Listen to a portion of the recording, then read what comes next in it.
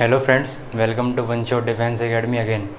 Friends, आज हम height and distance का सेकंड लेक्चर देखेंगे और इस लेक्चर में हम मेनली प्रीवियस ईयर क्वेश्चंस की प्रैक्टिस करेंगे और देखेंगे कि कैसे हम जितने भी प्रीवियस ईयर क्वेश्चंस आए हुए हैं हाइट एंड डिस्टेंस के मैक्सिमम क्वेश्चन को करने की कोशिश करेंगे। और जितने भी क्वेश्चन आए हुए हैं प्रीवियस ईयर में उनको हम कैसे जो मैंने थ्योरी पढ़ाई थी उसके हेल्प से कितने आसानी से सोल्व कर सकते हैं, कितनी फास्ट सोल्व कर सकते हैं। मैं ये भी दिखाऊंगा कि आप बेसिक से कितना टाइम वेस्ट करते हो क्वेश्चन को सोल्व करने में। अगर आप जो मैंने थ्योरी में पढ़ाया था अगर उस मेथड से सोल्व करते हैं हाइट एंड डिस्टेंस क्वेश्चंस को, तो आप कैसे इजीली और फास्टली क्वेश्चंस को सोल्व कर सकते हो, आज हम वो देखेंगे। फ्रेंड्स, जैसे कि आपको पता है कि जो हाइट एंड डिस्टेंस के क्वेश्चंस होते हैं वो थोड़े लंबे होते हैं, तो मैं इनको बोर्ड पे नहीं लिख सकता, तो इसलिए हम ऐसा करेंगे कि आपके पास यहाँ पे क्वेश्चन आएगा और वो क्वेश्चन आपको पढ़ना है और फिर मैं उसको समझाऊंगा, तो वो आपको ध्यान से समझना है, तो आपको अच्छे से समझ में आएगा। और अगर आपको कोई क्वेश्चन में प्रॉब्लम होती है तो वीडियो को थोड़ा बैक करके देख सकते हैं ताकि आपको क्वेश्चन अच्छे से समझ में आए और उसका जो सॉल्यूशन है वो कितनी फास्टली हम सोल्व कर रहे हैं वो आपको पता चले। तो चलिए फ्रेंड्स, शुरू करते हैं हमारा आज का लेक्चर हाइट एंड डिस्टेंस का पार्ट 2। कुछ करिए बस बस बड़ा बोले अब कुछ करिए। ओ कोई तो चल सिद्ध फड़िए, तू बेतरिए या मरिए। हाय कोई तो चल सिद्ध फड़िए, तू बेतरिए या मरिए। शक दे हो शक दे इंडिया, शक दे हो शक दे इंडिया। चलिए शुरू करते हैं पहले क्वेश्चन से। पहला क्वेश्चन है कि भाई if a flag staff 6 metre height placed on the top of a tower throws a shadow of 2√3 metre along the ground, then what is the angle that the sun makes with the ground. भाई ये question दिया हुआ है, आपके option हैं 60 degree, 45 degree, 30 degree और 15 degree. पहले question का डायग्राम समझते हैं कि भाई पहले क्वेश्चन का डायग्राम क्या बोल रहा है। भाई डायग्राम कह रहा है कि एक टावर पे एक फ्लैग स्टाफ लगा हुआ है। मान लिया कि ये एक टावर है, ठीक है। इस पे ये 6 मीटर का फ्लैग स्टाफ लगा हुआ है। उस पे कह रहा है कि जो शेडो बनती है सन, मान लिया सन यहाँ पे होगा भाई, ये सन हो गया। ये इस पे जो शेडो, इस पे जो इस सन की रेज पड़ रही हैं उससे जो इसकी रिफ्लेक्शन है फ्लैग स्टाफ की वो नीचे ग्राउंड पे टच हो रही है। और जो ग्राउंड पे टच हो रही है मतलब इसकी रिफ्लेक्शन टावर की भी आएगी और इसकी भी आएगी। तो मान लिया कि इस पॉइंट पर जो रिफ्लेक्शन पड़ी वो ये है। फिर मान लिया कि जो रिफ्लेक्शन पड़ी, टोटल जो रिफ्लेक्शन पड़ी वो उसका लास्ट पॉइंट यहाँ तक है, ठीक है।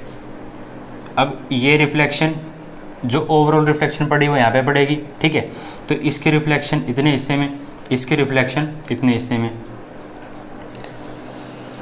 ठीक है भाई। ये मैंने एंगल थीटा मान लिया और कह रहा है कि जो डिस्टेंस है मतलब इसकी जो शेडो का डिस्टेंस है वो 2√3 मीटर का है, ये बोल रहा है। और क्या करना है, कहना है कि बता रहा है कि what is the angle that the sun makes with the ground. हमें बताना है कि जो एंगल बन रहा है मतलब ये ग्राउंड के साथ जो एंगल बन रहा है वो बताना है क्या होगा। मतलब हमें थीटा की वैल्यू फाइंड करनी है क्या होगी। भाई अगर ये थीटा है तो ये भी थीटा होगा। क्यों होगा?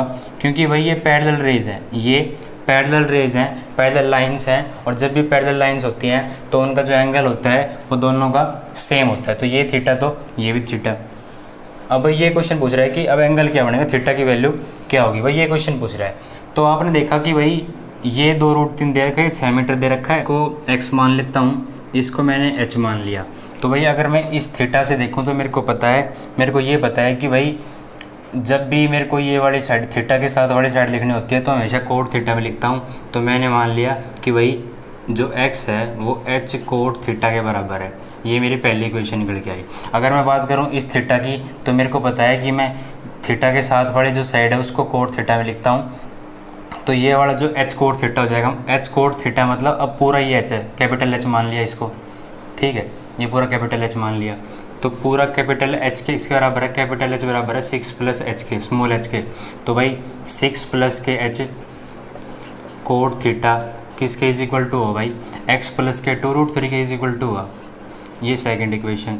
x की जगह अगर मैं h कोट थीटा पुट कर देता हूँ तो 6 + K h cot theta is equal to H plus K H into में कोट थीटा प्लस के 2√3। भाई यहाँ से 6 cot theta plus K H cot theta is equal to H cot theta plus K 2√3। इससे ये cancel, cot theta is equal to आ गया 2√3/6, 2 तिया 6, ये 1/√3 और थीटा की वैल्यू आ गई 60 डिग्री। तो जो पहले क्वेश्चन का आंसर है क्या हो गया भाई, 60 डिग्री हो गया, ये आपने देखा। भाई अगले क्वेश्चन की ओर बढ़ते हैं। अगला क्वेश्चन क्या कह रहा है, अगला क्वेश्चन कह रहा है कि a spherical balloon of radius r subtends an angle alpha at the eye of an observer while the angle of elevation of its center is beta. What is the height of its center? What is the height of the center of the balloon neglecting the height of the observer? भाई option दे रखे हैं, α/2 में, α/4 में, β/2 में, β/2 में, r sin beta upon sin α/2, ऐसे कुछ options दे रखे हैं आपको, ठीक है। तो भाई सबसे पहले तो मैं ये बताना चाहूँगा कि जो ये क्वेश्चन है, जो सेकंड क्वेश्चन है, इसका डायग्राम आपको बहुत ज़रूरी है बनाना। मतलब ज़रूरी क्या है, समझना ज़रूरी है कि कैसे ये डायग्राम बनता है। भाई अगर मान लिया कि ये एक स्पेरिकल बैलून है, ठीक है, ये एक स्पेरिकल बैलून है। मैंने इसकी थ्योरी थोड़ी बहुत फर्स्ट लेक्चर में पढ़ाई है, लेकिन अब डिटेल से समझ लो कि भाई ये क्वेश्चन सोल्व कैसे होते हैं। भाई ये एक स्पेरिकल बैलून है, इसमें मैंने मान लिया कि ये ऑब्जर्वर है, ये ऑब्जर्वर है, ठीक है। यही सेम स्पेरिकल बैलून जब सेंटर के साथ एंगल बनाता है तो कैसा इमेज बनती है भाई, कैसी डायग्राम बनता है, ये देखिए, ये कुछ ऐसा डायग्राम बनता है, ठीक है भाई। लेकिन हम क्वेश्चन जब भी सॉल्व करेंगे तो ऐसे अलग अलग डायग्राम नहीं बनाएंगे, हम एक ही डायग्राम बनाएंगे, ठीक है, एक ही डायग्राम बनाएंगे और उसमें देखेंगे कि कैसे हम इजीली सॉल्व करेंगे क्वेश्चन को।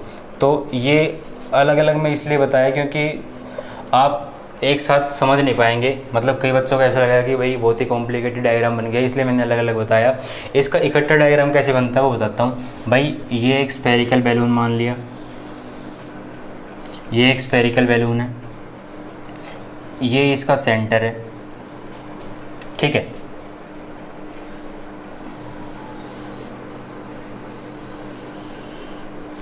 ये कोई ऑब्जर्वर हो गया, ये ऑब्जर्वर हो गया, अच्छा। अब भाई इसी ऑब्जर्वर से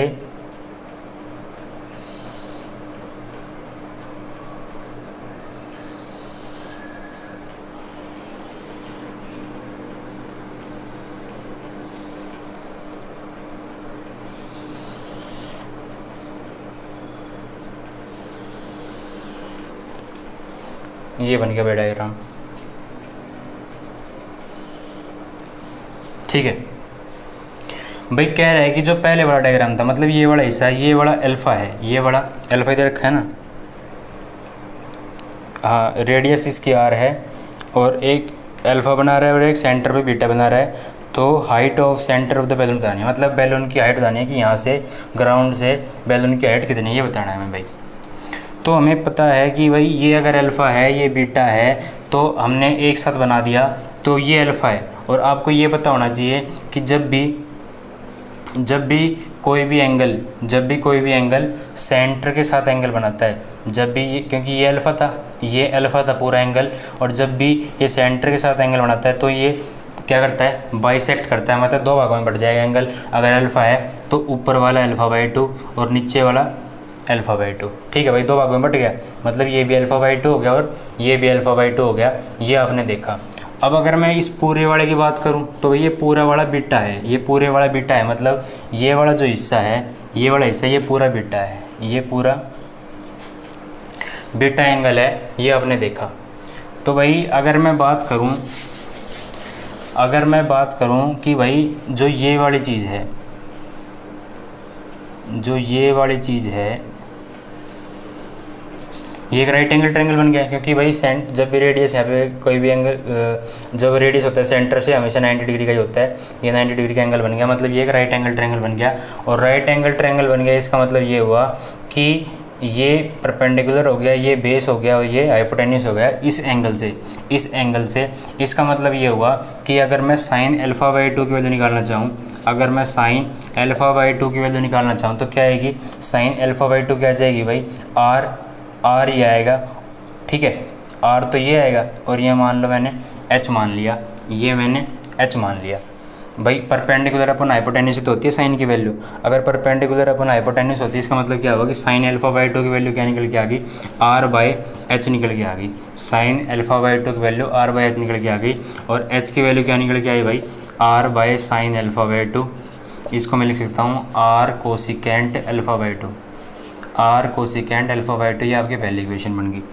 अगर मैं बात करता हूँ इस वाले की, इस वाले ट्रायंगल की जिसमें बीटा एंगल बन रहा है, मतलब ये वाला ट्रायंगल की अगर मैं बात करता हूँ तो इसमें बीटा एंगल पूरा बन रहा है। अगर ये बीटा बन रहा है मतलब ये वाला हिस्सा क्या हो गया भाई, ये वाला हिस्सा परपेंडिकुलर हो गया, ये वाला हिस्सा हाइपोटेन्यूस हो गया, ये वाला हिस्सा बेस हो गया। अगर मैं इस एंगल से साइन के निकालना चाहूँ तो भाई साइन बीटा क्या बन जाएगा, साइन बीटा बन जाएगा, ये जो वैल्यू है मैंने इसको y मान लिया तो ये y बाई एच बन जाएगा और h की वैल्यू हमने अभी निकाली है क्या, आर कोसिकेंट अल्फ़ा बाई 2। भाई अभी निकाली हमने h की value r cosecant alpha by 2 और हमें y की वैल्यू फाइंड करनी है। हमें यही बताना था कि ग्राउंड से सेंटर का जो डिस्टेंस है वो कितना है, हमें यही बताना था, हाइट कितनी है। तो कैसे निकालेंगे, हमें y निकालना है तो ये ऊपर चला जाएगा तो y is equal to r cosecant alpha by 2, r cosecant alpha by 2 into sine beta, ये आपका आंसर हो गया और ये आपने देखा। तो भाई कौन सा ऑप्शन हो गया सही आपका, सही आपका ऑप्शन हो गया भाई first, r sine beta upon sine alpha by 2। ठीक है भाई, sine alpha by 2, sine alpha by 2 हो गया। इसका मतलब कोसिकेंट को हम 1 अपॉन साइन लिख सकते हैं। तो अगर ये ऑप्शन दे रखा है तो ये भी ठीक है। अगर आपको आर इंटू में साइन बीटा अपॉन में साइन अल्फ़ा बाई 2 दे रखा है तो भाई ये भी बिल्कुल सही आंसर होगा। इस बात का आप ध्यान रखेंगे। चलिए आगे बढ़ते हैं और अगला क्वेश्चन देखते हैं कि अगला क्वेश्चन क्या दे रखा है। चलिए भाई अगला क्वेश्चन देखते हैं। अगला क्वेश्चन है कि from the top of a lighthouse 100 metre high the angle of depression of a boat is 10 inverse 5/12। 10 inverse 5/12 दे रखा है। तो what is the distance between the boat and the lighthouse. भाई एक light house दे रखा है, ठीक है, मान लिया कि ये लाइट हाउस है और यहाँ पे बोट है। तो जो एंगल ऑफ डिप्रेशन मतलब ये वाला हिस्सा बनेगा भाई, यही तो बनेगा एंगल ऑफ डिप्रेशन। और ये एंगल बन रहा है तो मतलब ये इस तरफ बनेगा। तो मतलब जो ये एंगल दे रखा है ये 10 इनवर्स 5/12 दे रखा है। ये एंगल 10 इनवर्स 5/12 दे रखा है और जो लाइट हाउस है वो 100 मीटर हाई है। तो हमें यहाँ से लेके यहाँ तक का डिस्टेंस बताना है, वो हमें देखना है। तो भाई देखो आपको इजीली पता है कि जो ये थीटा के मतलब कोई भी एंगल है उसके साथ वाले साइड को हम हमेशा कोट थीटा में लिखते हैं। इसका मतलब हमने ये लिख लिया 100 cot 10 inverse 5/12 is equal to मैंने x मान लिया। तो ये तो है x की वैल्यू। अगर मैं इसको चेंज कर लेता हूँ तो ये अंदर की वैल्यू चेंज हो जाती है। ये आपको पता होगा ट्रिग्नोमेट्री के इन्वर्स फंक्शंस में इन्वर्स हम पढ़ेंगे। इन्वर्स ट्रिग्नोमेट्री फंक्शन हम पढ़ेंगे, अभी हमने पढ़ा नहीं है, लेकिन आपको ये रूल पहले से पता होगा तो ठीक है कि भाई जब भी अंदर चेंज होता है तो वैल्यू चेंज होती है। इसका मतलब ये कोट बन जाता है, कोट इन्वर्स, और ये 12/5 हो जाएगा इज इक्वल टू x। इससे कैंसिल हो जाता है और ये 100 इंटू में 12/5 बचता है, ये 20 हो जाता है और 12 दूनी 24 मतलब 240 मीटर का जो डिस्टेंस है वो आपका आंसर हो जाएगा, जो कि सी ऑप्शन है इस क्वेश्चन का आंसर। भाई अगले क्वेश्चन की ओर बढ़ते हैं। अगला क्वेश्चन कह रहा है कि the top of a hill when observed from the top and bottom of a building of height h is at angles of elevation p and q respectively. What is the height of the hill, ये आपसे पूछ रहा है। क्या कह रहा है भाई क्वेश्चन कह रहा है कि the top of a hill when observed and top and bottom of a building. भाई ये मान लिया कि ये एक हिल होगी, ये एक बिल्डिंग होगी। जब हम टॉप से देखते हैं तो एंगल ऑफ एलिवेशन बनता है P, और जब बॉटम से देखते हैं इसको तो एंगल ऑफ एलिवेशन बनता है Q। भैया हमने देखा। अब कह रहे हैं कि हाइट ऑफ द हिल क्या है, हाइट ऑफ द हिल हमें फाइंड करनी है भाई, हमें ये फाइंड करना है कि ये क्या होगा। तो भाई अगर मैं इसको h मान लेता हूँ, इसको अगर मैं x मान लेता हूँ, तो सबसे पहले हम क्या देखेंगे, हमें ये पता है कि एंगल के साथ वाली साइड को हम कोट के फॉर्म में लिखते हैं, तो ये आ जाएगा x कोट p।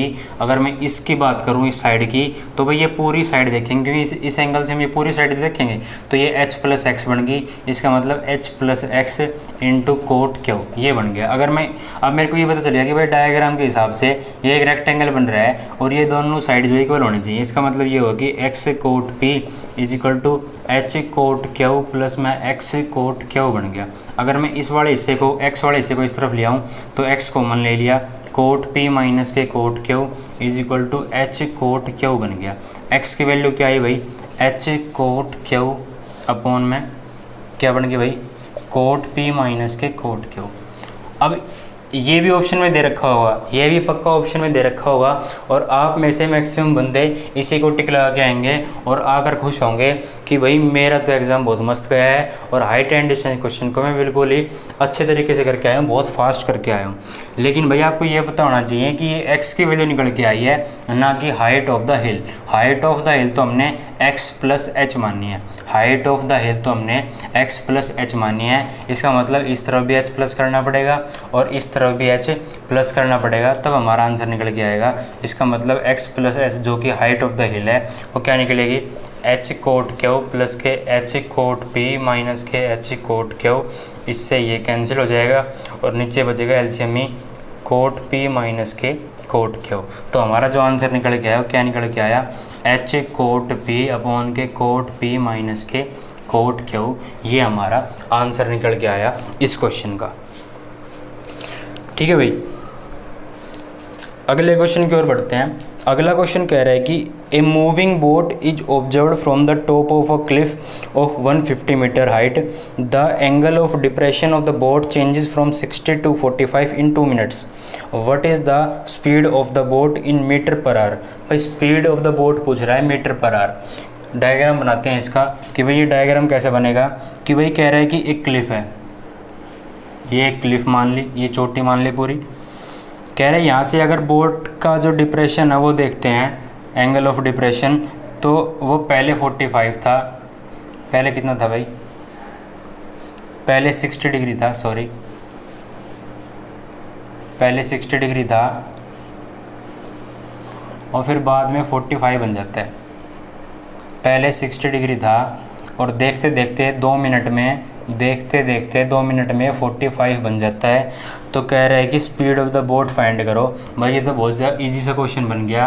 इजी सा क्वेश्चन क्यों बन गया, क्योंकि इसकी हाइट क्या दे रखी है, इसकी हाइट 150 मीटर दे रखी है और हमें पता है कि अगर ये 60 है तो ये वाला एंगल 30 डिग्री होगा और 30 के साथ वाली साइड बड़ी होती है और 60 के साथ वाली साइड छोटी होती है। छोटा या बड़ा करने के लिए हम √3 का यूज़ करते हैं, ये हमें पता है। मैंने थ्योरी में भाई बहुत अच्छे से पढ़ाया। अगर आप पहली बार देख रहे हैं वीडियो तो भाई पहले थ्योरी देख के आइए, तब समझ में आएगा कि मैं ये कैसे कर लेता हूँ, इतनी इजी से मैं कैसे सोल्व कर लेता हूँ। 30 के साथ वाली साइड बड़ी होती है, 60 के साथ वाली साइड छोटी होती है। छोटा या बड़ा करने के लिए हम √3 का यूज़ करते हैं और हमें ये साइड छोटी बनानी है। इसका मतलब मैं इसको √3 से डिवाइड करूँगा और अगर मैं इसको तोड़ लूँ 50 गुणा 3 में, नीचे √3 है, 3 को अगर मैं तोड़ लूँ √3 इंटू √3 में तो इससे कैंसिल हो जाएगा। इसका मतलब जो ये वाला डिस्टेंस है ये कितना है भाई, 50√3 है।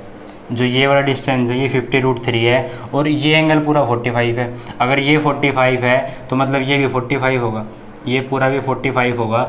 अगर इसके सामने 150 है तो इसके सामने भी 150 होगा। मतलब ये जो पूरा हिस्सा है ये पूरा हिस्सा 150 है। मैं क्या कह रहा हूँ, अगर मैं इसको ABC मान लेता हूँ, ABCD, तो मैं कह रहा हूँ कि जो BD की वैल्यू है वो 150 मीटर है 45 के हिसाब से। और 30 और 60 के लॉजिक से हमें ये पता चला कि BC की जो वैल्यू है वो 50√3 मीटर है। तो अगर मैं डिस्टेंस निकालना चाहूँ CD का, अगर मैं CD का डिस्टेंस निकालना चाहूँ तो मैं BD में से BC माइनस कर दूंगा, तो 150 माइनस के 50√3। इसका मतलब ये हुआ कि अगर मैं 50√3 कॉमन ले लेता हूँ तो √3 - 1 बच गया, 50√3 ब्रैकेट √3 - 1 बच गया, जो कि CD की डिस्टेंस आया। जो कि सी डी का डिस्टेंस आया, और हमें ये पता है कि जो स्पीड होती है वो डिस्टेंस अपॉन टाइम होती है, speed is equal to distance upon time. इसका मतलब ये तो डिस्टेंस आ गया और टाइम आ गया 2 मिनट का, लेकिन हमें टाइम निकालना है, हमें जो स्पीड निकालनी है वो मीटर पर आवर में निकालनी है, मतलब ये यूनिट तो मीटर में रहेगी, ये पर आवर में। आवर में कन्वर्ट करने के लिए हम इसको 1/60 से डिवाइड करते हैं, 1/60 से मल्टीप्लाई करेंगे, मतलब ये 60 ऊपर चला जाएगा। तो भाई 60 इंटू में 50 √3 इंटू में √3 माइनस के 1, नीचे 2 बच गया। अगर मैं ऊपर √3 ना रखना चाहूँ, क्यों नहीं रखना चाहता, क्योंकि भाई जितने भी आपके यहाँ क्वेश्चन दे रखे हैं, मतलब मैक्सिमम आंसर दे रखे हैं, वो नीचे √3 में दे रखे हैं। इसका मतलब अगर मैं इसको √3 से मल्टीप्लाई करता हूँ, नीचे √3 से डिवाइड करता हूँ, तो ये √3 3 बना देंगे। इसका मतलब क्या हुआ कि अगर मैं 2 3 6 कर दूँ, ये 30 कर दूँ, तो 30 और 3 900 बना देगा, और 900 गुणा 50 √3 घटा 1 बटे में √3 और 9 पंजे 45, 4500 √3 माइनस 1/√3, ये आपका आंसर आ गया, जो कि कौन सा ऑप्शन है भाई, जो कि कौन सा ऑप्शन है, बी ऑप्शन है आपका आंसर। तो भाई ये क्वेश्चन हुए कंप्लीट, और आपने देखा कि आपने कैसे इनको इजीली टैकल कर लिया। अब कुछ क्वेश्चंस की ओर बढ़ते हैं और देखते हैं कि उनको हम कैसे सोल्व कर सकते हैं। चलिए भाई अगला क्वेश्चन देखते हैं। अगला क्वेश्चन है, a rope of 20 meter tied to the top of pole is affixed at a point on the ground to keep the pole up height. If the wire makes an angle of 30 with the horizontal through the fort of the pole, find the, through the foot आएगा यहाँ पे, fort की जगह foot of the pole, find the height of the pole. क्या कह रहा है भाई क्वेश्चन कह रहा है कि ये मैंने एक पोल मान लिया, ठीक है, एक रोप बांध दी गई 20 मीटर की, एक रोप बांध दी गई 20 मीटर की, और जो एंगल बन रहा है वो 30 डिग्री बन रहा है। तो हमें क्या करना है, इस पोल की हाइट निकालनी है, हमें इस पोल की हाइट निकालनी है, ये हमसे पूछा गया है। तो भाई ये तो बहुत ही ईजी सा क्वेश्चन हो गया, क्यों, क्योंकि मेरे को पता है कि भाई 30 के सामने वाले साइड का दुगना हाइपोटेन्यूस होता है। मैं क्या कह रहा हूँ, मैं ये कह रहा हूँ कि मेरे को ये पता है कि जब भी यहाँ पे 30 होता है तो इसके सामने वाले साइड का दुगना हाइपोटेन्यूस होता है, सामने वाली साइड का दुगना हाइपोटेन्यूस होता है। इसका मतलब अगर ये 20 है तो इसको 2 से भाग कर दूँ तो ये 10 मीटर बन जाएगा, जो कि आपका आंसर आ जाएगा बिना कुछ लिखे, ठीक है। अगर आप इसको बेसिक से करते तो कैसे करते, लिखते भाई sin 30 is equal to P/H होता है, ये 1/2 इज इक्वल टू 20 अपॉन कितना x अपॉन के 20, फिर आप करते x 2x is equal to 20, x की वैल्यू 20/2, और फिर काट के आपका आंसर आता है 10 मीटर। ये बेसिक से करते हैं आप, जो कि टाइम वेस्ट करते भाई टोटली। आपको जब मैं इतने अच्छे समझा रहा हूँ कि भाई यहाँ 30 लिखा हुआ है, इसके सामने वाली साइड का दुगुना जस्ट दुगुना हाइपोटेन्यूस होता है, तो अगर जितना भी दे रखा हो उसका अगर हम हाफ कर देंगे तो हमें परपेंडिकुलर मिल जाएगा, हमें सामने वाली साइड मिल जाएगी, 30 के सामने वाली साइड मिल जाएगी। ये आपने देखा, तो ऐसे आप इजीली क्वेश्चन को टैकल कर सकते हो एग्जाम में। अगला क्वेश्चन दे रखा है भाई, the angle of elevation of a ladder leaning against a wall is 60 degree, ठीक है। जो एंगल बन रहा है एलिवेशन का वो 60 डिग्री बन रहा है दीवार के साथ जो सीढ़ी खड़ी हुई है। If the ladder is taken away from the wall, अगर हम सीढ़ी को पीछे खींच लेते हैं दीवार से, तो the angle of elevation becomes 30 degree, तो जो एंगल ऑफ एलिवेशन है वो घटकर 30 डिग्री बन जाता है।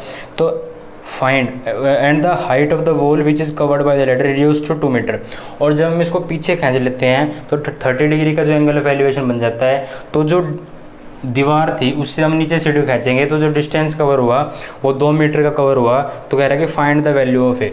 देखते हैं डायग्राम कैसे बनेगा इसका। ये क्वेश्चन क्या कह रहा है, क्वेश्चन कह रहा है कि भाई मान ली ये एक दीवार है, इस पे एक सीढ़ी लगी हुई है, इस पे एक सीढ़ी लगी हुई है, कुछ ऐसे एक सीढ़ी लगी हुई है।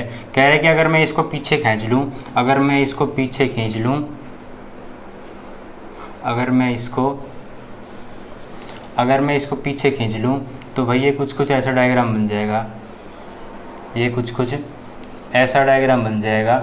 ये कह रहा है ये पहले एंगल 60 डिग्री का बना रहा था, अब ये एंगल 30 डिग्री का बन रहा है, और जो डिस्टेंस कवर हुआ ये ऊपर वाला यहाँ से यहाँ तक का डिस्टेंस जो कवर हुआ ये 2 मीटर का कवर हुआ, और ये वाला डिस्टेंस ए पूछ रहा है आपसे क्या होगा। तो भाई मैंने बहुत ही डिटेल से समझाया था थ्योरी वाले पार्ट में कि भाई जब भी हमें ए निकालना होता है तो ए इज इक्वल टू हम बी tan अल्फ़ा प्लस के बीटा बाई 2 करते हैं, हम A is equal to B tan alpha plus beta by 2 करते हैं।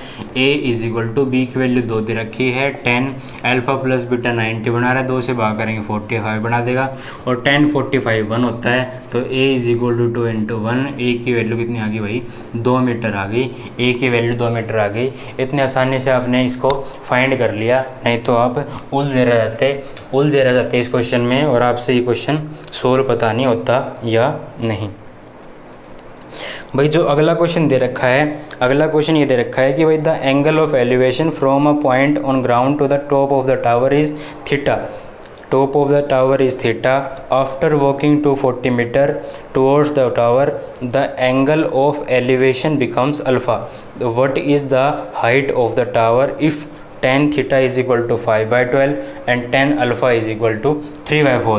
ये आपसे दे रखा है। भाई क्या कह रहा है क्वेश्चन में, क्वेश्चन कह रहा है कि मान लिया कि ये एक टावर मान लिया, ये एक टावर की हाइट मान ली, ठीक है। कह रहे हैं कि पहले एंगल थीटा बन रहा था, जब हम इसकी तरफ 240 मीटर चले, तो ये जो एंगल है वो बनकर अल्फ़ा हो गया, तो कह रहा है कि what is the height of the tower, हमें ये फाइंड करना है, हमें tan थीटा दे रखा है, tan थीटा की वैल्यू हमें दे रखी है भाई 5/12, और tan अल्फ़ा की वैल्यू जो दे रखी है वो दे रखी है 3/4। हमें ये पता है। अब इस क्वेश्चन को आप कैसे सोल्व करोगे भाई, इस क्वेश्चन को आप कैसे सोल्व करोगे, पहले आप परपेंडिकुलर देखोगे, फिर बेस देखोगे, फिर आपने देखा कि भाई अच्छा ये क्या दिक्कत हो गई, या तो अलग परपेंडिकुलर दिखा रहा है और इसमें इस वाले एंगल से अलग परपेंडिकुलर दिखा रहा है। भाई आप तो उलझ गए इस क्वेश्चन में कि भाई मैं कैसे इसको सोल्व करूँगा। मेरे को इस हिसाब से tan थीटा के हिसाब से तो मेरे को 5 दिख रहा है p, और इसके हिसाब से अल्फ़ा के हिसाब से मेरे को 3 दिख रहा है। भाई ये तो बड़ी दिक्कत होगी, ये कैसे चेंज हुआ मेरे को पता ही नहीं चला, और मैं इस क्वेश्चन को छोड़ दूंगा और आगे बढ़ जाऊंगा। ऐसा मैं एग्जाम में करूंगा अगर मेरे को ये पहले से नहीं आता। तो अब भाई कैसे सोल्व करेगा इस क्वेश्चन को वो आपको मैं बताता हूँ। भैया आपको पता है कि tan जब भी होता है हमेशा p/b देगा, चाहे कुछ भी वैल्यू हो। आपको ये पता है कि tan थीटा जब भी होगा तो कोई भी एंगल आ जाए हमेशा p/b बनेगा, ये आपको पता है। भाई ये p हो गया, ये b हो गया। पहले tan थीटा के हिसाब से ये 5/12 दे रहा है, और tan अल्फ़ा के हिसाब से ये 3/6 दे रहा है। भाई दोबारा बताता हूँ, मैं ये कह रहा हूँ कि भाई tan के हिसाब से हमेशा p/b होता है, चाहे कोई भी एंगल आ जाए। और अगर मैं रेशो में बात करता हूँ तो tan थीटा, अगर tan थीटा की बात करूँ तो tan थीटा परपेंडिकुलर और बेस होता है। अगर मैं रेशो की बात करता हूँ तो tan थीटा 5 और 12 हो गया, और tan अल्फ़ा के हिसाब से ये 3 और 4 हो गया। मेरे को एक इम्पोर्टेंट बात ये बताइए कि भाई कितने भी एंगल चेंज हो जाएं, अगर पोल की हाइट x मीटर है तो हमेशा x ही रहेगी। ये तो आप मानते हैं ना भाई, ये तो आप मानते ही होंगे। अगर मान ले एक पोल की हाइट 10 मीटर है तो मैं कितनी भी दूर से देख लूँ, कितने भी पास से देख लूँ, उसकी हाइट तो चेंज नहीं होगी, उसकी हाइट 10 मीटर रहेगी अगर उसकी हाइट 10 मीटर है तो। इसका मतलब ये हुआ कि अगर यहाँ 5 है तो यहाँ भी 5 ही होना चाहिए, अगर यहाँ 3 है तो यहाँ भी 3 ही होना चाहिए। लेकिन ये बराबर नहीं है, तो हम बराबर करने के लिए क्या करेंगे, नीचे वाली संख्या को ऊपर से मल्टीप्लाई कर देंगे, ऊपर वाले को नीचे से कर देंगे। तो ये 3 से मल्टीप्लाई हो जाएगा ये पूरा हिस्सा, और ये पूरा हिस्सा 5 से मल्टीप्लाई हो जाएगा। ठीक है भाई, तो ये कितना बन गया, ये 15 बन गया, ये 15 बन गया, ये 12 × 36 और 5 × 20 बन गया। तो इसका मतलब जो हाइट है किसकी, टावर की या पोल की जो हाइट है वो 15 है रेशो में, 15 है।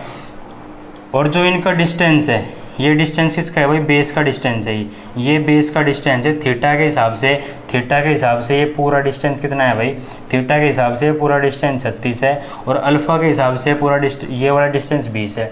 अल्फ़ा के हिसाब से ये डिस्टेंस 20 है, रेशो में है भाई, ये रेशो में है। मैं ये रेशो में बात कर रहा हूँ कि भाई थीटा के हिसाब से पूरा डिस्टेंस 36 है और अल्फ़ा के हिसाब से पूरा डिस्टेंस 20 है। इसका मतलब अगर मैं इन दोनों का माइनस कर दूँ, 36 में से अगर मैं 20 माइनस करता हूँ, जो 16 की वैल्यू है, 16 की वैल्यू 240 है। 16 की जो वैल्यू है भाई वो 240 दे रखी है, 16 रेशो में है, ये टोटली नंबर्स में है। 16 की वैल्यू 240 दे रखी है, इसका मतलब ये हुआ कि मेरे को 15 की वैल्यू निकालनी है भाई। 16 की वैल्यू 240 दे रखी है, मेरे को 15 की वैल्यू निकालनी है। कैसे सोल्व करूँगा भाई, देखो 16 की वैल्यू 240 दे रखी है, कितने गुना भाई, 15 गुना दे रखी है। इसका मतलब मेरे को अगर हाइट निकालनी है पोल की या टावर की, तो 15 को मैं 15 गुना ही कर दूंगा, तो 225 आपका आंसर हो जाएगा। ये आपने देखा, 225 आपका आंसर होगा, ये आपने देखा। और कैसे आपने इजीली सोल्व कर लिया इस क्वेश्चन को, आप बिल्कुल नहीं अटकेंगे अगर आपने पहले से ये क्वेश्चन ऐसा बना लिया एग्जाम से पहले तो, ठीक है। तो आपने ये देखा कि कैसे आपने इजीली सोल्व कर लिया। तो ये तो सिर्फ लिखने का पार्ट है, क्योंकि मैं समझा रहा हूँ, आपको एग्जाम में लिखना नहीं है भाई। आपने देखा कि इस थीटा के हिसाब से 5/12 है, अल्फा के हिसाब से 3/4 है, बराबर होना चाहिए, तो ये 15 आ गया।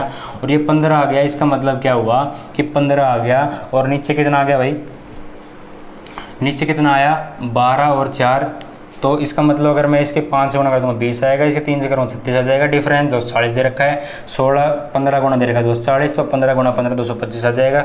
तो आपका कौन सा ऑप्शन हो जाएगा भाई, कौन सा ऑप्शन हो जाएगा, 225 आपका आंसर हो जाएगा। ये आपने देखा, ठीक है। अगले क्वेश्चन की ओर बढ़ते हैं भाई, अगले क्वेश्चन की ओर बढ़ते हैं, समझा दूंगा यहाँ पे। अगला क्वेश्चन दे रखा है कि the angle of elevation of top of a tower, the angle of elevation of top of a tower from two places situated at the distances 21 metre and x metre from the base of the tower are 45 degree and 60 degree respectively. What is the value of x, what is the value of x, ये आपसे पूछ रहा है। तो भाई देखते हैं इस क्वेश्चन को। ये कह रहा है कि एक टावर है, इसमें एक तरफ से 21 मीटर है और एक तरफ से x मीटर इसका बेस है, इसके बेस से यहाँ तक का डिस्टेंस ये x है, ये 21 मीटर दे रखा है, ठीक है। और कह रहे हैं कि जो ये वाला एंगल ये 45 डिग्री का है, जो ये वाला एंगल ये 60 डिग्री का है, ये कह रहा है आपसे। और कह रहा है कि x की वैल्यू फाइंड करो क्या होगी, x की वैल्यू फाइंड करो क्या होगी। तो भाई ये तो बहुत ईजी सा क्वेश्चन हो गया। कैसे कि भाई यहाँ 45 है तो यहाँ भी 45 होगा, और यहाँ अगर 21 है तो यहाँ भी 21 ही होगा। और आपको ये पता है कि 60 यहाँ पे है और यहाँ पे 30 होगा, और 30 के साथ वाली साइड बड़ी होती है, 60 के साथ वाली साइड छोटी होती है। इसका मतलब छोटा या बड़ा करने के लिए हम √3 का यूज़ करते हैं। इसका मतलब ये हो गया x की वैल्यू 21/√3 आ गई। इसको मैं तोड़ सकता हूँ 7 गुणा 3 में, और 3 को तोड़ सकता हूँ √3 × √3 में। √3 से √3 कैंसिल, 7 √3 आपका आंसर हो गया, जो कि बिना कुछ perpendicular base perpendicular upon hypotenuse या बेस अपॉन हाइपोटेन्यूज ऐसा कुछ लगाए आपने इजीली क्वेश्चन सोल्व कर लिया। ये आपने बहुत ही आसानी से सोल्व कर लिया इस क्वेश्चन को। तो आपका आंसर कौन सा हो गया भाई, ए ऑप्शन हो गया 7√3। चलिए आगे बढ़ते हैं और आगे कुछ क्वेश्चन और देखते हैं जो कि बहुत ही इंपॉर्टेंट है और आपको कैसे सोल्व करने हैं एग्जाम में। चलिए भाई आगे बढ़ते हैं, अगला क्वेश्चन देखते हैं। अगला क्वेश्चन कह रहा है कि a person standing on the bank of river observes that the angle subtended by a tree on the opposite of bank is 60 degree. When he retires 40 metre from the bank he finds angle to be 30 degree. What is the breadth of the river. भाई क्या कह रहा है question, भाई question ये कह रहा है कि एक पर्सन खड़ा है रिवर के बैंक पे, रिवर के बैंक पे खड़ा है। मान लिया कि ये बीच में रिवर होगी, ये बीच में रिवर होगी, और वो यहाँ पे खड़ा है बैंक पे, ठीक है। ये बैंक पे खड़ा है यहाँ पे, और कह रहा है कि जो एंगल बन रहा है अपोजिट साइड में जो एक ट्री खड़ा है, अपोजिट साइड में कोई ट्री खड़ा है, तो ये आपने समझ लिया कि भाई ये एक क्या होगी, रिवर होगी, यहाँ पे खड़ा है, और ये एक ट्री खड़ा है यहाँ पर, ये एक ट्री खड़ा है यहाँ पर, और इसकी जो एंगल ऑफ एलिवेशन दे रखा है, जो एंगल ऑफ एलिवेशन दे रखा है टॉप पर वो कितना दे रखा है भाई, 60 डिग्री दे रखा है। कह रहा है कि when retires 40 metre from the bank, मतलब अगर वो 40 मीटर पीछे हो जाए, 40 मीटर अगर वो पीछे हो जाए तो जो एंगल बनता है वो 30 डिग्री बन जाता है। तो कह रहा है कि ब्रेड्थ ऑफ द रिवर निकालो, इसका मतलब हमें ये बड़ा डिस्टेंस फाइंड करना है, ये बड़ा। भाई ये तो और भी इजी क्वेश्चन हो गया, क्योंकि आपने जब भी 30 और 60 देखते हो तो आप चमक उठते हो कि भाई 30 और 60 को मैं इजीली सोल्व कर लेता हूँ। तो भाई आपने ये देखा कि ये 30 डिग्री है, ये 30 डिग्री है और ये 60 डिग्री है, ये 30 डिग्री है, ये 60 डिग्री है। आपको ये पता है कि जो इनके बीच का जो रेशियो होता है, इनके जो बीच का रेशियो होता है, जिस तरफ 30 होता है उस तरफ 2 लिखते हैं, जिस तरफ 60 होता है उस तरफ 1 लिखते हैं। इसका मतलब 30-60 का जो रेशियो है 2:1 हो गया। 30-60 का रेशियो 2:1 हो गया। अगर ये 2 की वैल्यू 40 है, इसका मतलब 20 गुना है, तो 1 का 20 गुना कर देंगे, जो कि 20 मीटर आपका आंसर हो जाएगा। इसका मतलब जो ब्रेड था रिवर की वो 20 मीटर होगी। आपने बिना कुछ सोल्व करे, बिना कुछ साइन टेन कोस लगाया, आपने चुटकियों में देख लिया कि भाई 20 मीटर इसका आंसर होगा। अगर ये 40 मीटर गिवन है तो आपने देखा कि भाई 30-60 का रेशियो 2:1 होता है। तो अगर ये 2 गुना 40 दे रखा है तो 1 गुना 20 मीटर हो जाएगा। ये आपका आंसर हो गया भाई, ठीक है। तो भाई अब कुछ इम्पोर्टेंट क्वेश्चंस की ओर बढ़ते हैं, जो कि एग्ज़ाम के पॉइंट ऑफ व्यू से थोड़े डिफ़िकल्ट क्वेश्चन होते हैं, ठीक है। ये सारे प्रीवियस ईयर क्वेश्चन थे, लेकिन जो इस टाइप का क्वेश्चन है वो थोड़ा जो बच्चे होते हैं वो थोड़ा डरते हैं क्वेश्चन को एग्ज़ाम में करने में। तो आज मैं आपको बताऊँगा कि भाई उस क्वेश्चन को आप कैसे ईजिली सोल्व कर सकते हो। क्वेश्चन क्या है? क्वेश्चन है कि भाई a 60 metre high tower stands vertically on a bank of a lake. The angle of elevation of a cloud from the top of the tower is 30 degree and the angle of depression from the top of the tower to the shadow of the cloud in the lake is 60 degree. Find the height of the cloud. भाई ये question जो है ना, ये झील वाले जो question है, लेक्स वाले क्वेश्चन है, इनको करने में बच्चे डरते हैं। तो आज मैं आपको बताऊंगा कि इन क्वेश्चंस को आप कैसे इजीली सोल्व करते हो। भाई मान लिया ये एक झील है, ये एक लेक मान ली मैंने। अब ये कह रहा है कि 60 मीटर हाई टावर स्टैंड्स, इसके बैंक पर 60 मीटर का एक टावर खड़ा है और जो एंगल ऑफ एलिवेशन बन रहा है, यहाँ पे कोई क्लाउड है भाई, ये क्लाउड मान लिया मैंने। और जो यहाँ पे जो एंगल ऑफ एलिवेशन बन रहा है, जो एंगल ऑफ एलिवेशन बन रहा है, यहाँ पे मान लेता हूँ क्लाउड को, ये क्लाउड मान लिया। तो जो एंगल ऑफ एलिवेशन बन रहा है वो कह रहा है कि भाई 30 डिग्री बन रहा है। जो एंगल ऑफ एलिवेशन बन रहा है वो 30 डिग्री बन रहा है। And the angle of depression from the top of the cloud, from the top of the cloud in the lake is 60 degree, ठीक है। जो एंगल ऑफ डिप्रेशन है वो 60 डिग्री बन रहा है, ये कह रहा है।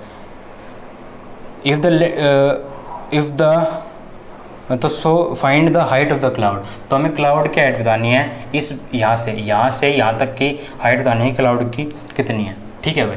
अब इस क्वेश्चन को देखते हैं। भाई अगर मैंने ये मान लिया कि भाई ये 30 डिग्री है तो ये 60 है, तो ये भी 60 होगा।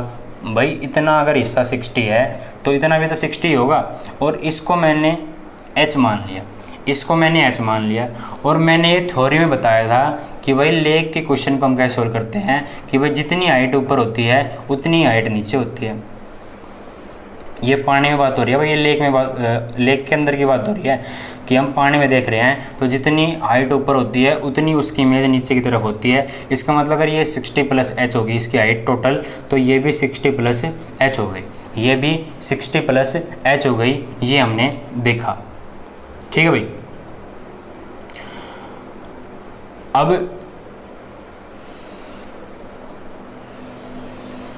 अब हम देखते हैं क्वेश्चन में कह रहा था कि जो एंगल ऑफ डिप्रेशन है, मैं दोबारा बता रहा हूँ, जो एंगल ऑफ डिप्रेशन है वो 60 डिग्री दे रखा है क्लाउड का। यहाँ से जो बन रहा है, यहाँ से 60 डिग्री बना, यहाँ से 60 डिग्री बना, जो कि यहाँ पे आके 60 डिग्री अल्टरनेट एंगल से बन गया। तो अब हम क्या देखते हैं कि भाई ये 60 था, ये 60 हो गया, ये 60 प्लस एच है, तो ये भी 60 प्लस एच हो जाएगा। अगर मैं ओवरऑल की बात करूँ, तो ये भाई 120 प्लस एच हो गया, 120 प्लस एच हो गया टोटल डिस्टेंस। अब ऐसे क्वेश्चंस को हम सोल्व करने के लिए क्या करते हैं कि भाई पहले हम इसकी वैल्यू निकालते हैं, फिर इसकी वैल्यू निकाल के इसकी वैल्यू निकालते हैं और दोनों को फिर बराबर पुट करते हैं, तब हमारा कुछ आंसर निकल के आता है। तो देखते हैं हम इसको कैसे, पहले बेसिक से सोल्व करते हैं, फिर आपको बताऊं कि ऐसे कैसे आप इसको सिर्फ एक ही सेकंड में आंसर लगा दोगे। ऑप्शन में देख के कैसे वो बताता हूँ। पहले बेसिक से देखते हैं। भाई बेसिक से क्या देखते हैं कि ये 120 प्लस एच हो गया, तो 60, ये अगर 60 है तो इसका मतलब ये वाला 30 हो गया। 30 के साथ वाली साइड बड़ी होती है, 60 के साथ वाली साइड छोटी होती है, और छोटा या बड़ा करने के लिए हम √3 का यूज़ करते हैं। इसका मतलब हमें साइड छोटी करनी है, तो मैं 120 प्लस एच बाई √3 कर दूंगा। ये तो आप मान गए होगे ना कि भाई 120 प्लस एच बटे √3 आएगा। अब आपने देखा कि भाई ये 30 डिग्री है और ये एच है, ये 30 डिग्री है, ये एच है, और 30 के जो साथ वाली साइड होती है वो हमेशा बड़ी होती है। इसका मतलब ये वाला 60 होगा, और ये 30 तो ये 60 रहा होगा, और 60 के साइड वाली जितनी होती है उसका हम बड़ा करते हैं 30 में, क्योंकि 30 के साथ वाली साइड बड़ी होती है, और बड़ा छोटा करने के लिए √3 का यूज़ करते हैं। तो ये आगे साइड है √3h। इसका मतलब जो ये वाला हिस्सा है, ये हिस्सा और ये हिस्सा बराबर होना चाहिए, ये हिस्सा और ये हिस्सा बराबर होना चाहिए। क्यों? क्योंकि एक रेक्टेंगल बन गया और इज इक्वल टू √3h आ गया। ये वहाँ जाके मल्टीप्लाई हो जाएगा, 120 plus h is equal to 3h, और भाई h उस तरफ जाके माइनस, तो 2h आ गया। 120 प्लस के h 2 is equal to h, ये कितना आ गया भाई 60 आ गया, ये 60 मीटर आ गया। और कई बच्चे h को देखते ही 60 भी ऑप्शन में मिलेगा और 60 को टिक लगा के आ जाएंगे, जो कि भाई सरासर गलत है, जो कि सरासर गलत है। क्यों? क्योंकि भाई ये एच जो आया है, ये एच इतना डिस्टेंस आया है, हमें निकालना है यहाँ से लेके यहाँ तक का डिस्टेंस कि क्लाउड की हाइट बेस से लेक की जो ओरिजिन है, लेक का मतलब जो बैंक है, जो किनारा है लेक का, जहाँ से लेक स्टार्ट हो रही है, वहाँ से बिल्कुल ग्राउंड से क्लाउड का डिस्टेंस की निकालनी है। इसका मतलब ये 60 है और एच और निकालना है, तो ये 60 प्लस कर देंगे। और टोटल कितना निकल के आया भाई? टोटल 120 मीटर निकल के आया आंसर आपका। ये हमने देखा टोटल कितना निकल के आया भाई, 120 निकल के आया, ये हमने देखा। अब 1 सेकंड में निकालने का जो तरीका है वो क्या है, मैं वो बताता हूँ आपको। भाई तरीका ये है कि जब भी आपको जो भी वैल्यू गिवन हो टावर की, जो भी टावर की या किसकी वैल्यू गिवन हो, मैं लिख देता हूँ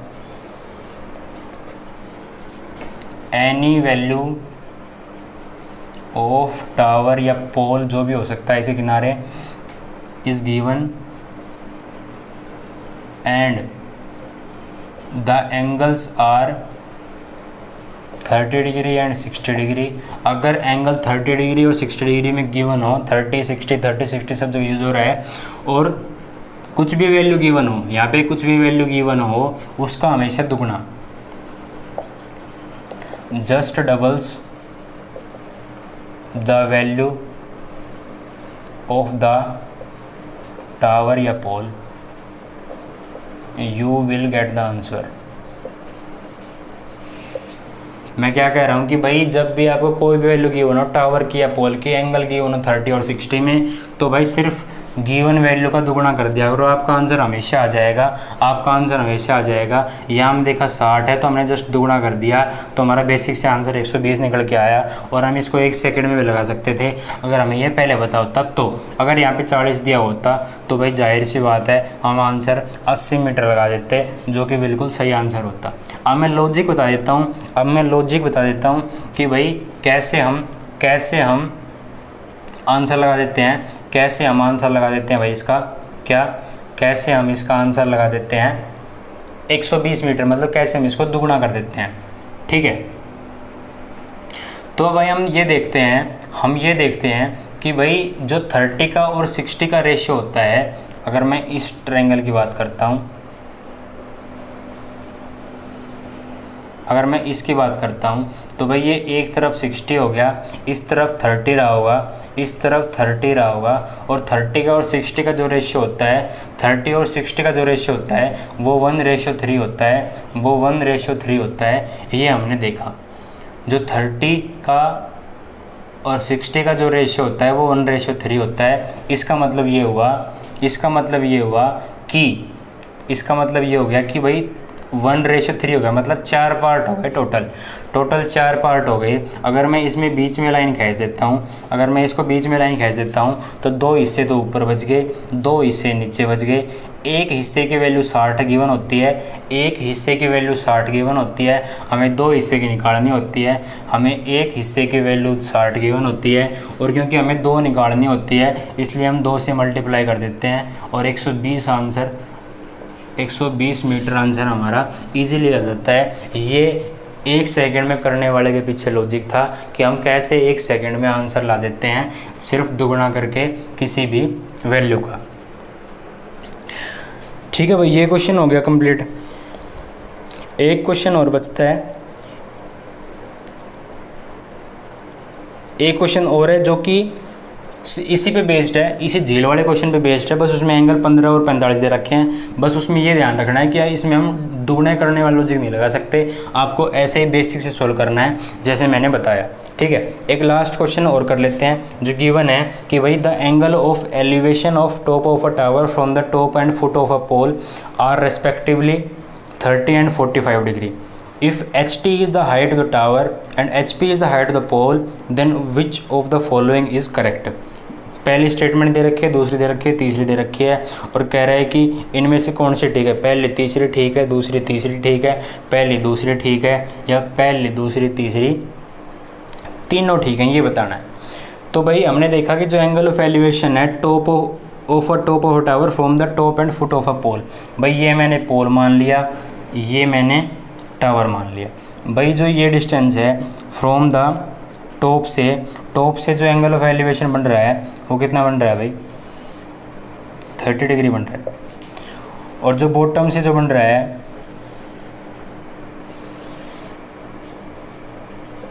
भाई वो 45 डिग्री बन रहा है, 45 डिग्री बन रहा है।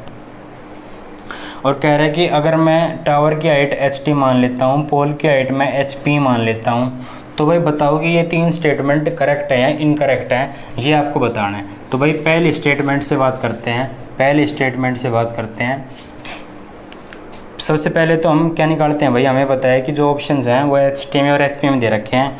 तो HT की और HP की हाइट ये दे रखी है, तो हम कुछ वैल्यूज़ निकाल के देखते हैं। पहले HP की वैल्यू फाइंड करते हैं कि भाई HP की वैल्यू कैसे फाइंड होती है। हमने देखा कि भाई ये 45 के सामने HT है, तो अगर ये 45 है तो ये वाला एंगल भी 45 होगा, और ये HT है तो ये भी HT हो जाएगा। पहली वैल्यू चीज़ तो हमने ये देखी, ये HT हो गया भाई। अच्छा, अब ये HP दे रखा है, ये HT दे रखा है, ठीक है। इसका मतलब ये हुआ कि ये पूरा अगर HT है, और इतना हिस्सा ये पूरा HT का हिस्सा है, इतना हिस्सा पूरा HP का है, तो जो ये हिस्सा बच गया, ये हिस्सा किसका बच गया भाई, ये हिस्सा बच गया किसका, HT माइनस के HP का। बड़ी में से छोटी वैल्यू माइनस कर दी, HT में से HP माइनस कर दिया, तो ये वाला हिस्सा HT माइनस HP का बच गया। भाई ये 30 है, और तो ये जाहिर सी बात है 60 डिग्री होगा। 60 के साथ वाली साइड छोटी होती है, 30 के साथ वाली साइड बड़ी होती है, और बड़ी या छोटी करने के लिए हम √3 का यूज़ करते हैं। तो इसका मतलब ये वाली वैल्यू का, और अगर √3 से मल्टीप्लाई कर दें तो HT माइनस के HP इंटू में √3 किसके बराबर आ गई भाई, HT के बराबर आ गई। किसके बराबर आ गई भाई, HT के बराबर आ गई, ये हमने देखा। इसका मतलब ये हुआ कि √3 HT माइनस के HT is equal to √3 HP बच गया। अगर मैं यहाँ से HT कॉमन ले लेता हूँ तो √3 माइनस के 1 अपॉन के √3 इज इक्वल टू HP बच गया। और पहले स्टेटमेंट के हिसाब से क्या कह रहा है, पहले स्टेटमेंट के हिसाब से ये कह रहा है कि भाई पहली स्टेटमेंट जो है, कहाँ पे लिखूँ, यहाँ लिख देता हूँ। पहली स्टेटमेंट कह रही है कि भाई 2 HP into HT upon 3 plus के root 3 is equal to H P का स्क्वायर। ये स्टेटमेंट सही है या गलत है, ये कह रहा है भाई रूट 3 दे रखा है, नीचे दे रखा है, लेकिन प्लस में दे रखा है, इसका मतलब हमें इसकी रैशनलाइजेशन करनी पड़ेगी क्योंकि ऊपर ये नहीं दे रखा। तो अगर मैं रैशनलाइजेशन करता हूँ तो ऊपर तो आएगा 3 माइनस के 1 मतलब 2 आ जाएगा, तो 2ht तो नीचे बच गया, और रूट 3 की जब रैशनलाइजेशन होगा तो नीचे रूट 3 प्लस 1 जाएगा, और जब रूट 3 प्लस 1 की रूट 3 से मल्टीप्लाई होगी तो एक बार तो 3 बचेगा और एक बार रूट 3 बचेगा, और ऊपर 2 टाइम्स एच टी था जो कि एच पी के बराबर हो गया। और कह रहा है कि अगर मैं यहाँ एच पी और लगा दूँ और उस तरफ भी एच पी लगा दूँ तो क्या एच पी का स्क्वायर ही बन गया है क्या? हाँ भाई बिल्कुल बन गया एच पी का स्क्वायर। और ये पहली स्टेटमेंट बिल्कुल सही करार कर दी गई कि भाई पहली स्टेटमेंट तो बिल्कुल ठीक है। इसका मतलब ये हुआ अगर पहली स्टेटमेंट ठीक है तो भाई बी ऑप्शन कट गया आपका।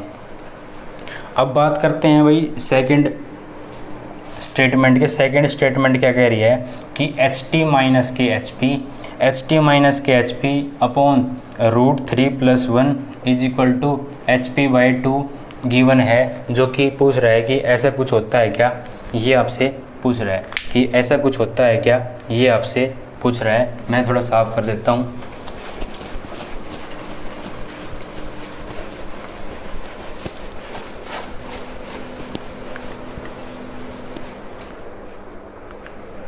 तो भाई ये देखते हैं कि ये स्टेटमेंट ट्रू है या फॉल्स है, ठीक है। तो ये स्टेटमेंट दे रखी है कि H T minus K H P upon root 3 plus 1 is equal to H P by 2, ये आपसे गिवन। तो भाई सेकंड स्टेटमेंट देखते हैं कि H T minus K H P, पहले तो एच पी बाई 2 करके देखते हैं। भाई एच पी हमारे पास क्या निकल के आया, एच पी हमारे पास निकल के आया था एच टी रूट 3 माइनस के 1 बाय रूट 3, जो कि हमने रैशनलाइजेशन करके क्या निकाला था 2ht अपॉन 3 प्लस के रूट 3, ये निकाला था हमने। अगर हमें कह रहा है कि इसके नीचे जो एच पी की वैल्यू है इसके नीचे 2 से भाग कर दूं तो भाई 2 से 2 कट गया, एच पी की value H T upon 3 plus के रूट 3 निकल के आई। ये हमारी ओरिजिनल वैल्यू निकल के आई जो एच पी बाई 2 की गिवन है। कह रहे कि अगर मैं ये चीज़ देखूँ तो इसके बराबर आ रही है, ये वाली चीज़ इसके बराबर आ रही है, हमें चेक करना है। तो भाई एच टी का एच टी लिख लिया, एच पी की वैल्यू जो एच पी की वैल्यू थी हमने वो माइनस कर दी, minus K H T upon के 3 प्लस के रूट 3 कर दिया, और नीचे रूट 3 प्लस 1 का रूट 3 प्लस 1 लिख लिया। अगर मैं इसको यहाँ पे भेज देता हूँ 3 प्लस के रूट 3 इंटू में H T minus K H T नीचे रूट 3 प्लस 1, 3 की इससे मल्टीप्लाई होती है तो 3 एच टी बचता है, माइनस के प्लस के रूट 3 एच टी बचता है, माइनस के एच टी और नीचे रूट 3 प्लस 1 बचता है। 3 में से 1 गया 2 बच गया, 3 में से 1 गया 2 बच गया। इसका मतलब क्या हुआ कि 3 में से अगर 1 एच टी चला गया तो 2 एच टी बच गया। सही तो कर रहे हो ना भाई? नहीं, यहाँ पे 2 आएगा, यहाँ पे 2 आएगा क्योंकि ये 2 हमने बाद में लिखा है डिवाइड करके, पहले 2 था यहाँ पे, पहले 2 था यहाँ पे माइनस के 2, तो ये माइनस के 2 और ये 3 में से 2 गए तो 1 एच टी बच गया, 1 एच टी बच गया। इसका मतलब क्या हुआ कि अगर मैं एच टी कॉमन ले लूँ तो रूट 3 प्लस 1 बच गया और नीचे रूट 3 प्लस 1 बच गया, और इसका मतलब ये कैंसिल होके एच टी ही बच गया, एच टी ही बच, एच कितना बच गया भाई, एच टी की फॉर्म में था ना, H T minus K H P था, और हमने देखा कि ये आंसर निकल के आना था जो कि एच टी निकल के आ गया, जो कि एच टी निकल के आ गया। और नीचे जो एलसीएम था वो 3 प्लस के रूट 3 था, तो इसके नीचे भी 3 प्लस के रूट 3 आ गया। तो जो आंसर यहाँ पे आ रहा था वही आंसर यहाँ पे आ गया। इसका मतलब सेकंड स्टेटमेंट भी ट्रू है, सेकंड स्टेटमेंट भी ट्रू है, इसका मतलब ये हुआ। तो भाई ए ऑप्शन कट गया, बी ऑप्शन कट गया, अब ऑप्शन बचते हैं सी और डी। तो भाई इसका मतलब ये हो कि आपको थर्ड स्टेटमेंट भी चेक करनी पड़ेगी, और जब आप थर्ड स्टेटमेंट को चेक करेंगे तो देखेंगे कि भाई 2 times H P plus K H T नीचे एच पी गिवन है इज इक्वल टू 4 प्लस के रूट 3 दे रखा है, और एच पी की वैल्यू कितनी है, एच टी अपॉन 3 प्लस के रूट 3 है, और 3 प्लस के रूट 3 जब भी आप सोल्व करेंगे तो भाई ये 4 प्लस के रूट 3 तो कभी आंसर देगा नहीं, इस बात का आप ध्यान रखेंगे। आप थोड़ा सा सोल्व करके भी देख सकते हैं कि भाई जब मैं सोल्व करूँगा कि तो मेरे को कभी भी 4 प्लस के रूट 3 नहीं मिलेगा, और मेरे को थोड़ा सा सोल्व करके पता चल जाएगा कि 4 प्लस रूट 3 नहीं दे रहा तो मेरे को पूरा क्वेश्चन सोल्व करने की जरूरत नहीं है, मैं सिर्फ इतना ही सोल्व करके छोड़ दूंगा और मेरा आंसर आ जाएगा। फिर मेरे को पता चलेगा कि भाई फर्स्ट स्टेटमेंट और सेकंड स्टेटमेंट ही ट्रू थी और सी ऑप्शन आपका इस क्वेश्चन का करेक्ट आंसर था, ये आप देखेंगे। तो फ्रेंड्स ये थे आज के हमारी हाइट एंड डिस्टेंस के प्रीवियस ईयर क्वेश्चन की क्लास। और आपने देखा होगा कि भाई कैसे मैंने इजीली हर एक क्वेश्चन को टैकल किया और आपको अच्छे से समझाया, बेसिक से बताया कि कैसे आप बेसिक से कई बार टाइम वेस्ट कर देते हैं एग्जाम में और वो क्वेश्चन कैसे इजीली सोल्व हो रहे हैं जो मैंने आपको थ्योरी पढ़ाई थी उससे। तो भाई थ्योरी क्लास लेनी बहुत ज़रूरी है, जब थ्योरी क्लास ले लेंगे, ढंग से पढ़ लेंगे, तब इन क्वेश्चंस को मेरे मेथड से कर पाएंगे और हाइट एंड डिस्टेंस में टाइम बचा पाएंगे। उम्मीद करता हूँ कि आपने इस वीडियो में कुछ नया सीखा होगा, तभी तो आपने इन क्वेश्चंस को जल्दी से जल्दी करने की ट्रिक सीख ली। और आप उम्मीद करता हूं कि जब भी एग्ज़ाम देने जाएंगे हाइट एंड डिस्टेंस क्वेश्चन में ऐसे ही कुछ ट्रिक लगा के आएंगे और जल्दी से जल्दी अपना आंसर प्राप्त करेंगे एग्ज़ाम में। तो फ्रेंड्स अगर ये वीडियो अच्छी लगी हो तो भाई लाइक कर दो, शेयर कर दो और भाई सब्सक्राइब जरूर करना क्या चैनल, क्योंकि भाई आपका एक सब्सक्रिप्शन या एक जब आप सब्सक्राइब करते हैं किसी भी चैनल को, मेरा चैनल है, किसी का चैनल हो या हमारी टीम जो है वन शॉट डिफेंस एकेडमी जो ये चैनल है, आप उसको सब्सक्राइब करते हैं तो वह हमें बहुत मोटिवेशन मिलता है, हम बहुत ही मोटिवेट होते हैं आपके लिए अच्छी से अच्छी वीडियो बनाने के लिए और अपना पूरा जोश उस वीडियो में डालने के लिए। ठीक है, तो भाई जब भी आपने मूवी देखी होगी ना कि हाफिज़ द जोश, तो भाई हमारा वो जोश हाई हो जाता है जब भी आप एक सब्सक्राइब करते हैं, तो उतना ही मोटिवेशन हमारा बढ़ता है एक वीडियो को बनाने के लिए। तो भाई इसकी PDF जो है आपको मिल जाएगी, टेलीग्राम ग्रुप को ज्वाइन कर लो, व्हाट्सएप ग्रुप को ज्वाइन कर लो, जिनकी लिंक आपको वीडियो के डिस्क्रिप्शन बॉक्स में मिल जाएगी। तो जितने भी हम क्लासेस ले रहे हैं उनकी PDF रेगुलरली मिलती रहेगी और मिलती रही है आपको। तो ऐसे ही पढ़ते रहिए, बढ़ते रहिए, आगे प्रैक्टिस करते रहिए, अपने मैथ को स्ट्रॉन्ग बनाते रहिए और भाई जल्दी से जल्दी नौकरी प्राप्त करिए, हम यही उम्मीद करते हैं। थैंक यू, जय हिंद, जय भारत।